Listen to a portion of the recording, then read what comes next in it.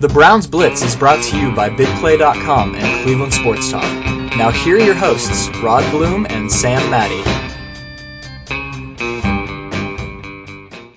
Browns fans, this is another episode of the Browns Blitz podcast. We are on episode 8, and it is Tuesday, April 9th, 2019. Hope you all are doing well. Rod, how are you doing, my friend? I'm doing great, Sam. How are you doing? Doing all right. We've had some pretty nice weather here in Louisville, Kentucky here in the last couple days. It reached 74 today, and it's supposed to be 80 by Thursday. So, I've been just trying to take care of that lawn, and all my neighbors and myself have been mowing, so that's pretty annoying. But are you guys seeing some of that nice weather up there? Have you all started even doing yard work up there?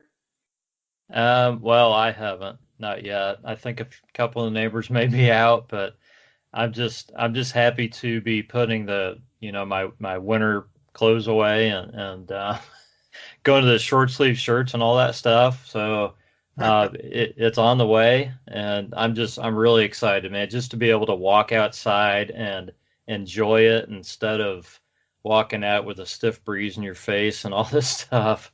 Man, it's been a long, cold winter, and I'm just really excited about the weather. Well, I enjoy it to a point. I personally, I can't stand mowing. It just drives me nuts, but obviously it's something that I got to do, and I will be mowing again for the second time tomorrow, so not really looking forward to that. Also that comes with that is all the pollen, from the spring. So I do have seasonal allergies and am not looking to dealing with that either. So I know it sounds like a lot of complaining, and that's exactly what it is. So I'm with you. Yeah, I never had the spring stuff until I think the last couple years, the allergies. But yeah, that's caught up with me. I guess it's just part of living. I don't know, call it what you want, Midwest. I thought it was Southern Ohio. Maybe it's just Ohio. Maybe it's the whole country now. I don't know, but yeah, the allergies get me too. The weather is just all mixed up. Like here in Kentucky, like one day it can be down to 32, but then the next day it's back up to 80.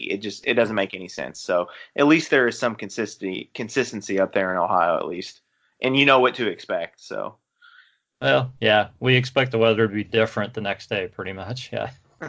Well, kicking us off, man. Speaking about what we expect, and that was to win the Fox Sports NFL Best Fan Base. So thank you all, and congratulations to everybody that's a Browns fan, not only in Cleveland but across the country, on beating the 8th seed Titans after their somewhat questionable, I say that underlined, questionable winning over the Bills. What do you know about that, Rod? I honestly don't know a lot about that Bills Titans match. All I know is that we got a lot of we got the Bills behind us in that victory. Yes, that's over true. The Titans. And I'm going to tell you, I have some followers, I'm going to call them friends on Twitter that are Bills fans, and they're just good people. I like Bills fans, and we're kind of like kindred spirits. Just definitely. So I love that they helped us out. I think we would do the same thing for them if it was the other way around. Right. And it's just really cool that they jumped on and helped us beat the Titans. I know it was a little bit of revenge for them, but I think they would have done it even if it was us going up against somebody else. Well, I mean, we beat them handily too. I mean, we beat them 70 to 30%. Isn't that what it ended up being? Yeah, it wasn't even close. No. Well, and if you don't know already, which I'm sure most of y'all do, the Titans were behind with like 5 minutes left to the Bills. And, I want to say there was like maybe a 12% difference. And then all of a sudden they came back within the last 5 minutes. Supposedly some, bot tweets or Twitter accounts were doing some voting or whatever. But yeah, I mean, if I was them, I'd be upset. What are we really getting upset about? A poll or a seeding? But a bracket. But at the same time, I understand. And like you said, I do feel like the Bills do very much, reflect us as Browns fans and how much they care about their team. And so, thank you, Bills fans. I do have a number of Bill fans and have great interactions with them on my Twitter. So that one was for you, Buffalo, and definitely for Cleveland. So, and it's also just really exciting too that we've mentioned here in the past couple podcasts just how it's just such an awesome time to be a Cleveland Browns fan, and this is just another way that shows it. Something small as this is just the Twitter bracket, but we won. So hopefully this means good things to come. Yeah, I agree with you. It's just, I think there's a lot of. I don't want to get back to the whole bandwagon thing and who's welcome and all that stuff, but I think this is the kind of thing that shows that a lot of people are pulling for the Browns. Yeah. Well, jumping right in again, the Browns preseason schedule was set, Rod. Can you believe it's that time already? Already set. Yeah, hard to believe, but yeah, it'll be here before you know it, Sam. Yeah, I'm looking forward to it. So our first game, we are hosting the Redskins. Next 2 games are away. We will be at the Colts and at the Buccaneers, and then we will finish at home versus the Lions for preseason week 4. Keep in mind that we will be doing some inter-squad practices with the Colts a couple weeks beforehand, so we'll see them in preseason week 2. But what are your thoughts on the schedule that was set and put out today?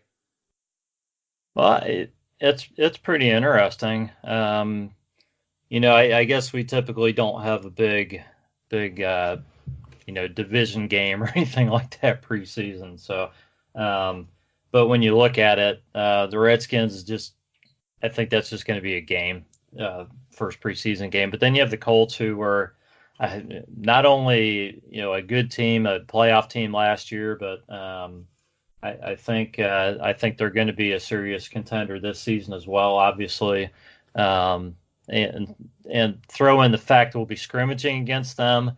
That should really be a kind of a telling matchup, as telling as a preseason game can be. I think you'll see kind of how the Browns match up with a playoff team from last year, at least through the first half. So that'll kind of be a little bit of a yardstick game. And then the Tampa matchup in week 3, where you get the starters out there for quite a while. That's interesting, just because there was so much talk about Bruce Arians coming to Cleveland for a while. I think a lot of people there for a period of time wanted him to be the coach in Cleveland. So he goes to Tampa. So it's just kind of interesting. You have that matchup, and then the Todd Monken thing, as well, him coming from Tampa. So right. There's definitely some storylines there. So I think those 2 games definitely, those will be interesting. Game 4, the Lions, that's just, again, nobody really cares there other than those guys who are fighting for those last, 5, 7, 10 spots on the 53-man roster. Right. I'm excited that we get to start off our season at home, so that's what I'm looking forward to, at least in the first game. Like you said, the Colts, I think they are going to be very much a contender, and I'm stoked that we get to practice against that good, solid competition early, before the season or even preseason starts. So we'll be able to kind of see where we're at going against good, solid competition moving forward into this regular season. What I like and what appeals to me about the Bucs game, especially being the third game, it kind of will help in conditioning. Being down in a warmer climate, with dealing with issues such as cramps or stamina and stuff as far as the game goes on. So that'll be good. And usually, that third game is the starters, if they get any time or put in at all, that last game that they really get in. So really able to see how they're doing and shaping them for the season. And then like the Lions, we finish out in Cleveland. So again, a good opportunity for some guys to either make the practice squad or that 53-man roster. So looking forward to it. I'm sure, just like me, you're just ready to see some football on TV. So that's right. Was definitely excited to see the preseason schedule let out today. Yeah. So jumping in again to more draft talk with the Browns. John Dorsey put out a quote earlier this week, and it stated something of the fact, Rod, to say that who's to say that the Browns don't trade back up into the first round? What are your thoughts, and how did you take to that? Well, this could just be John Dorsey being John Dorsey. He's not going to show his hand. Nobody knows what he's going to do until the draft actually comes and goes. My thought is that it's possible he could trade back up into the first round. It probably would be near the bottom of the first round if he does, and it would be because the right guy fell and was there.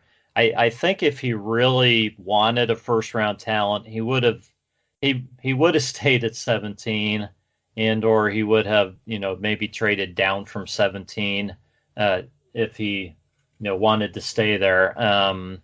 I just the way I see it, it's going to take quite a bit to get back in the first round. You're talking probably, if you're sticking with this year's picks, you're talking about trading 2, 3, and 4 if you want to get, anywhere up near 25 or so, I think.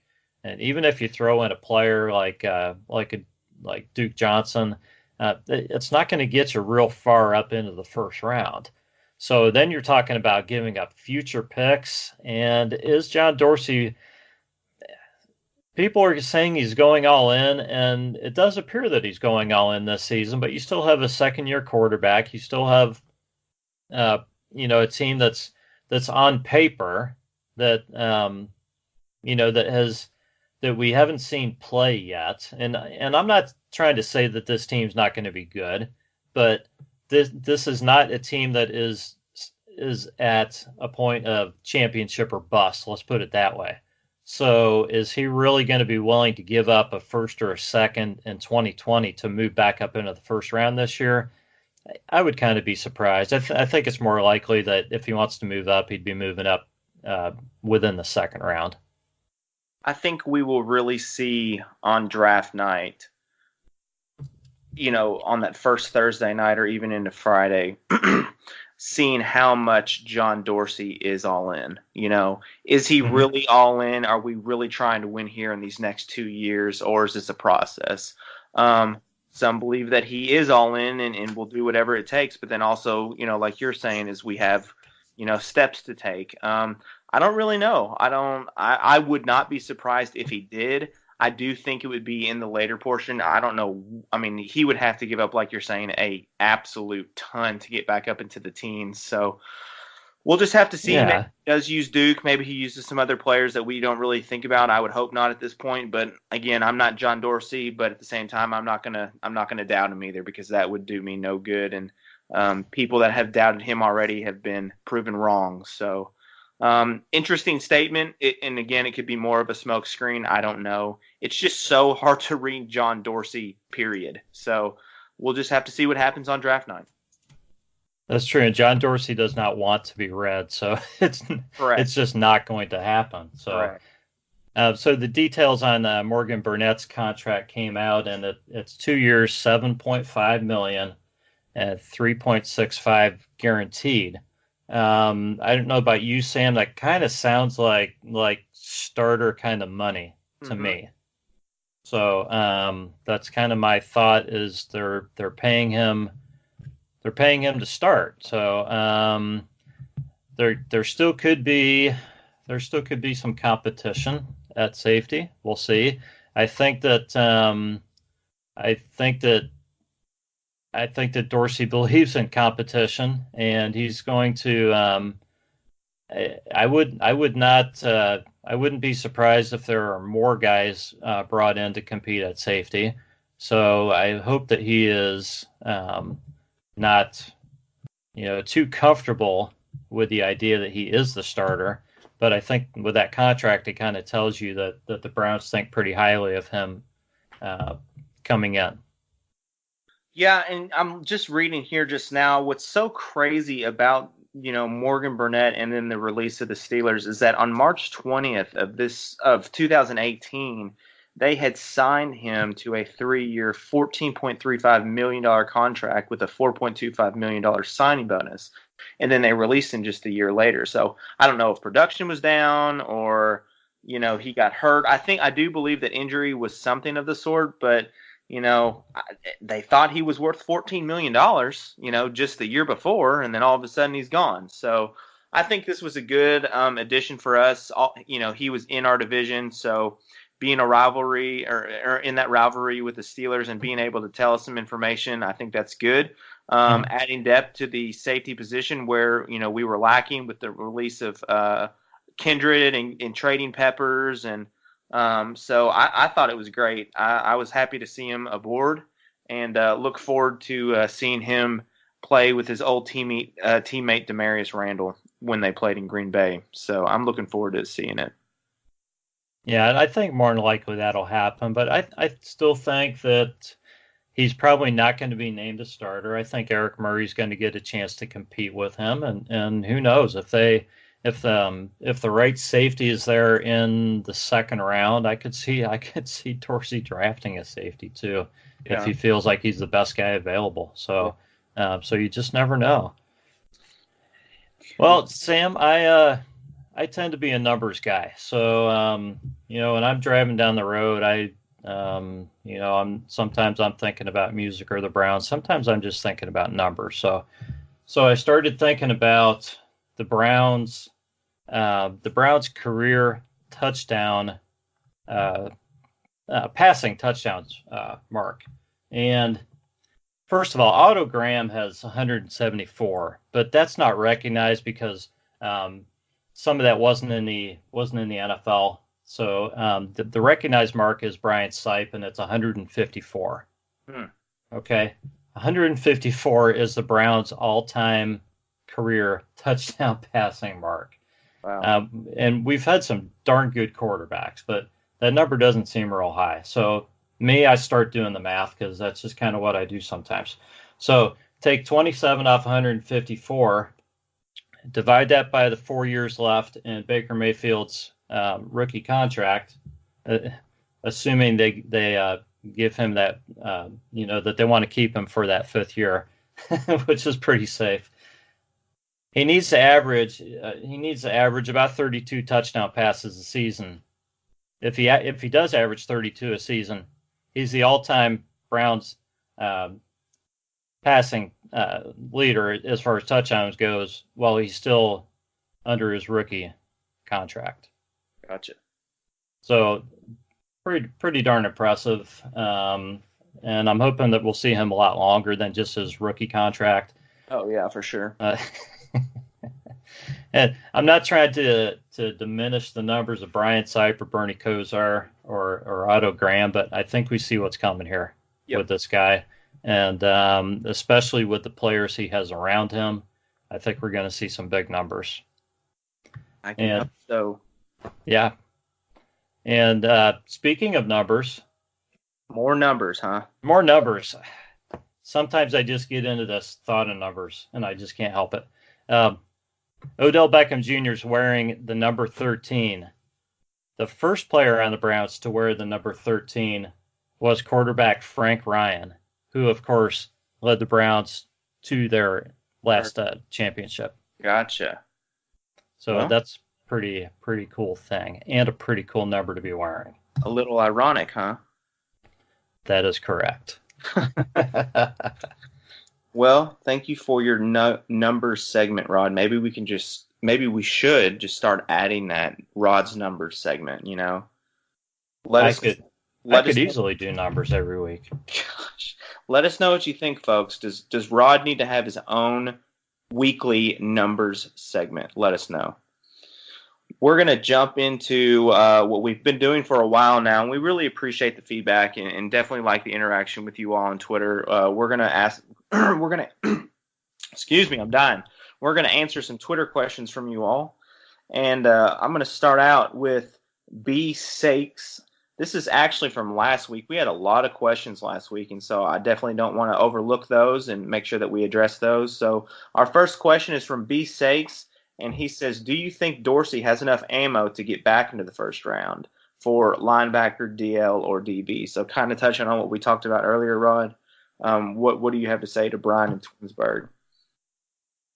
Yeah, thanks for the question, Brian. I think it depends how high he wants to get. He can do it. It depends how many picks he wants to give up, and if he wants to give up players, and if he wants to give up future draft picks, and what picks he wants to keep.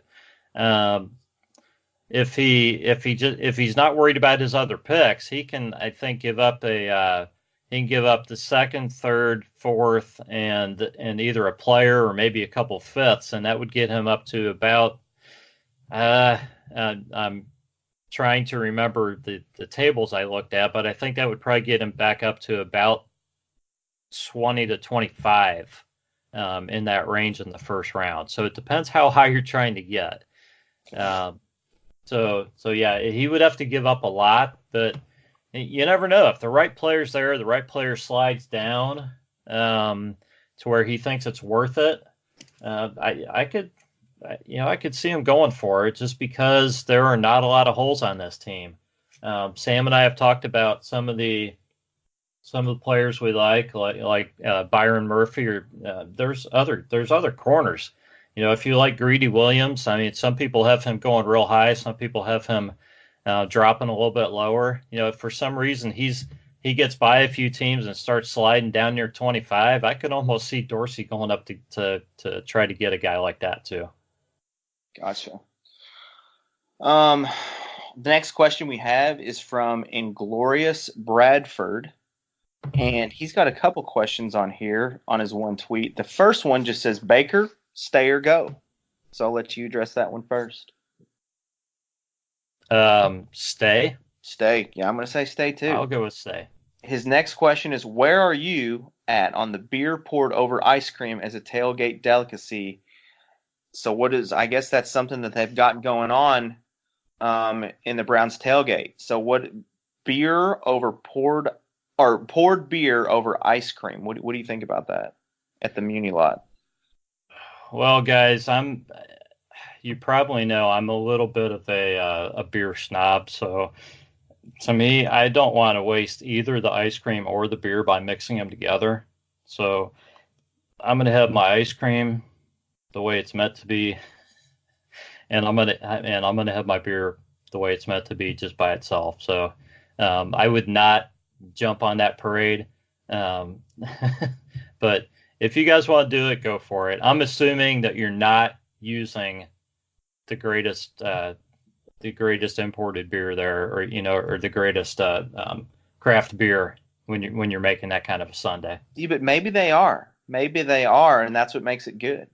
Maybe they're using some type of really good vanilla bourbon barrel ice cream. You never know. Well, yeah, I don't know. I tweeted out a picture of my fridge not long ago and got some pretty good response on it, I think. So, my wife was going to make some beer bread, and she went out and just grabbed a random bottle of beer, and I saw the bottle of beer she had, and I said, hold up. And I took the bottle of beer that she had, put it back out in the fridge, and I grabbed a lesser bottle and brought it in and said, use this one.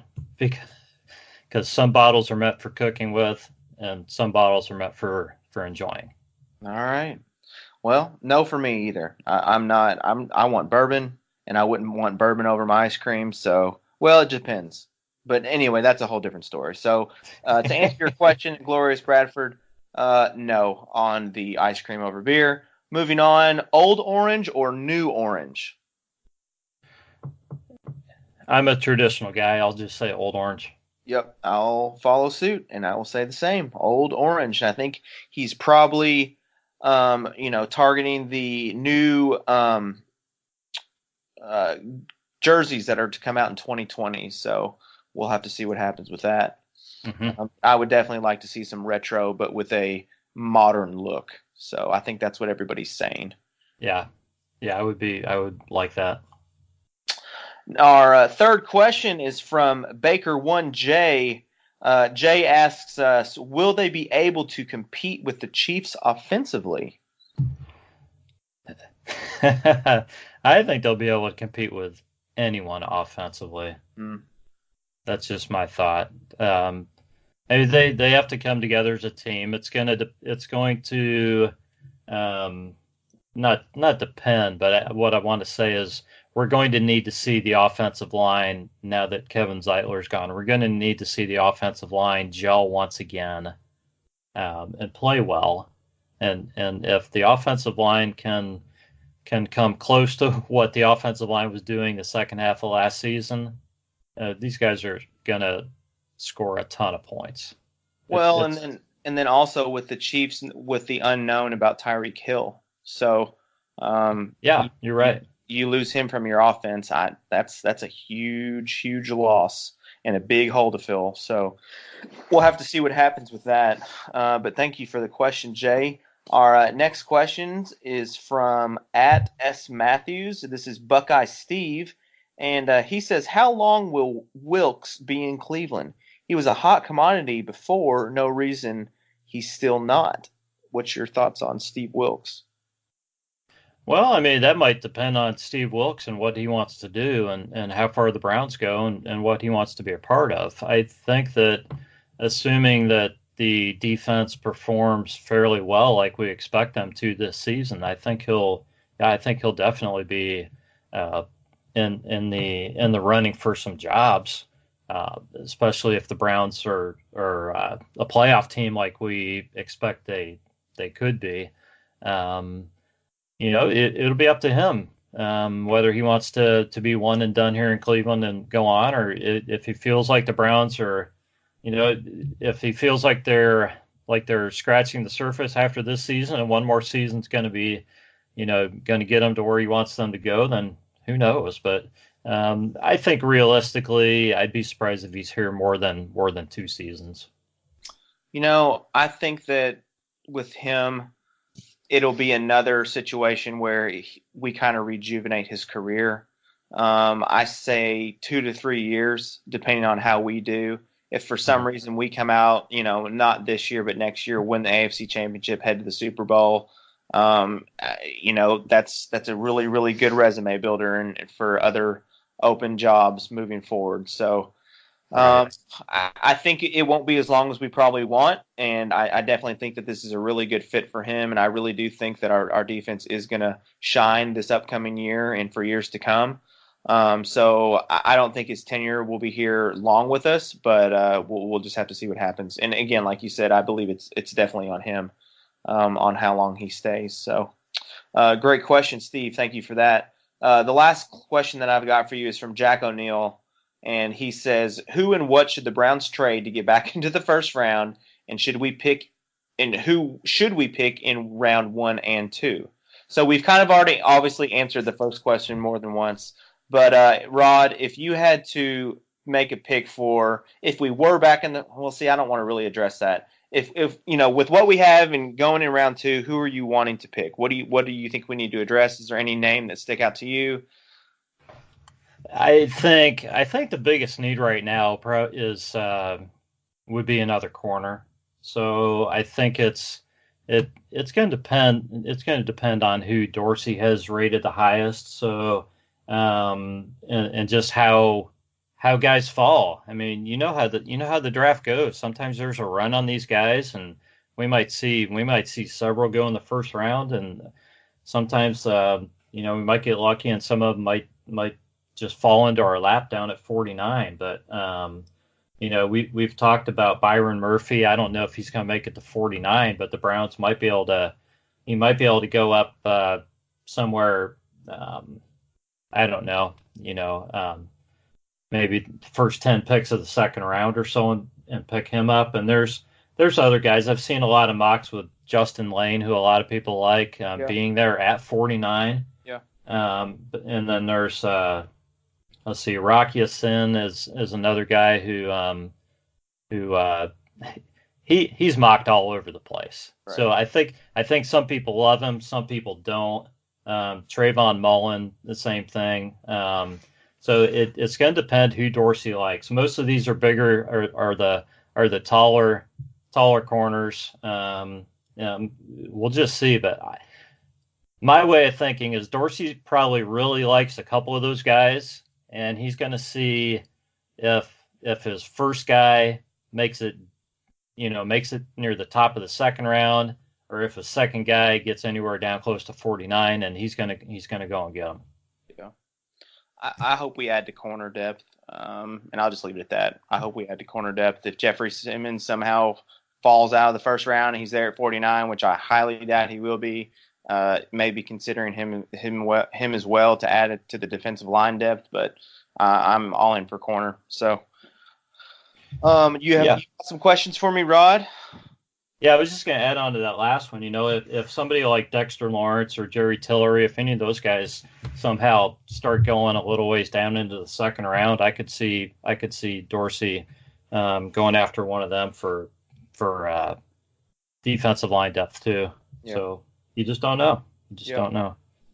Yeah. Let's see. Got a few questions here. The first one is from Edmund Dantes, and question is, does anyone have information on how Larry Ogunjobi's injured bicep is doing? Many probably don't know he suffered through many games toward the end of the season with a bad bicep injury. I hope and expect a big jump in his production this season. Thanks. I haven't heard any news on him, but how I always what I always say is no news is good news. So they're not drawing a lot of attention to it. He was able to play through it towards the end of the year. I'm going to assume that he's okay, and we're going to see a lot of high production in this upcoming season. Yeah, I'm with you, Sam. I haven't heard anything about it, so hopefully he's healthy. He played a ton of snaps last year, and I think that hopefully the Browns will. I'm really hoping they add more depth. They've obviously helped themselves a lot with Richardson, adding him at the other spot. But I think they need to add more depth to defensive tackle to where these guys don't have to play, 700 or 900 snaps last year. I think that would definitely help his production, and of course being healthy will too. So, but yeah, I would love to see a big season from Larry Ogunjobi. Yep. All right, the next question is from Jiggy. That's at Jiggy GYF. Where do you see Duke landing if the Browns decide to move him? Oh man, more Duke questions. I would possibly, let's see, the teams that are interested are, I believe, the Eagles. Wasn't it the Redskins and somebody else? I'm going to go with the Eagles. I feel like they're really making moves. They always seem to, in the past they had Darren Sproles, and they always had somebody that catch, or with LaShawn McCoy playing so good in the backfield, being able to catch the ball out of the backfield. I believe that that's just a part of their offense. That's something that they always want to have or will have. So they've got a crowded backfield as it is with, that recent addition of Jordan Howard added to Corey Clements and Wendell Smallwood, and I can't remember the other guys. So I could definitely see Duke Johnson being a part of their offense. I think the Eagles are a good team and definitely a contender. So I think that's where he would be a good fit. Yeah, I could definitely see that. And the Eagles always tend to find a way to bring in the guys that they want to. Right. When they don't have money, don't have picks, they still figure it out. Yeah. All right, let's move on to a question from Brian. I'm sorry, Brian, if I say your last name wrong. Brian Cummings, at Brian Commeans. 10-6 and overreach this season. Sam? No, I think it's under. I think we're going to go 11-5, but that's my personal opinion. So. Yeah, I feel comfortable at 10-6 right now without even seeing these guys play, without even having a draft yet. I think 10-6 is a floor for this team right now. So yeah, I'm with you. A better record than 10-6 would not surprise me, not one bit. So I don't want to get crazy and think they're going to win 12, 13, 14 games, but I'd be surprised if this team doesn't win at least 10. Just because of how, look at what they did last season and look at the improvements. And look at just the second half of last season. Look at what they did last season. Look how many close games there were last season. Look how many games we lost by a field goal last season. Look how many games we were in at the end of the game and lost in the last, couple minutes, So All that being said, with all the additions and improvements that John Dorsey has made during this offseason thus far, I think very much so 10-6 is a floor of where we stand moving forward. Yeah, that's how I see it. So, all right, so we have one more question. This is from Josh Brown, and it's at Weird J Bronovich. Okay. Thanks, and John. Question is, with the addition of Richardson up front and Burnett on the back end, combined with Schobert and Kirksey, hopefully both fully healthy, do the Browns believe the run defense is significantly improved, or should we expect more moves to help shore up this part of the defense? I definitely think the run defense is improved. I think that with Sheldon Richardson right up front is going to be fantastic and is definitely going to help immediately. I do think that we add more depth to linebacker, and then you got to think corners are really good at stop and run too when they come inside, for a blitz or something like that. So, I definitely think linebacker and corner will also help with the run. But no, I definitely think that we are more improved than our last game last year. So we'll definitely see a different look there. Yeah, I agree. I think Richardson is going to be a huge difference. He's big in the run game. He's going to help a lot. And I still feel like they're going to I feel like linebacker is going to be addressed probably in the draft. I think linebacker and corners where Dorsey's looking in the draft, and I think he's going to be looking for guys with speed, and I think they're going to help with the run as well. So, I'm going to say that the run is going to be better. So that takes care of the questions. So thanks everybody for sending those in to us. Yeah, thank you very much. I want to mention that we have got some merch now. Rod, what do you know about that? We've got some merchandise on the that can be found on bigplay.com under merchandise store. We have some Browns Blitz t-shirts, and I think they look pretty damn good. What do you think? I think they're really cool. Yeah. I like both colors, the white and the black, actually. Yeah, so I'm going to go ahead and announce those winners to those people. The first guy that I want to give a shirt to is going to be BC Tower of Truth, and that is Tower of Truth. So we're going to give him a shirt, and then I would also like to give a shirt to Big Samps 216. So guys, I will be sending you DMs, and let me know what size and what colors you wanted those shirts and your address, and I will get those sent out to you as soon as possible. So congratulations on winning a shirt. That's pretty darn cool. Yeah. I don't even have a shirt yet, so yeah. I don't either. All right, guys. Thanks for listening to the podcast. We always appreciate the support. We have reached 550 followers, which we just think is absolutely awesome. As always, thanks for the support, and let us know what we can do better. Always looking for feedback and critique. But this has been Rod and Sam, episode 8, and we will talk to you next week with a special guest. So have a great week, and go Browns.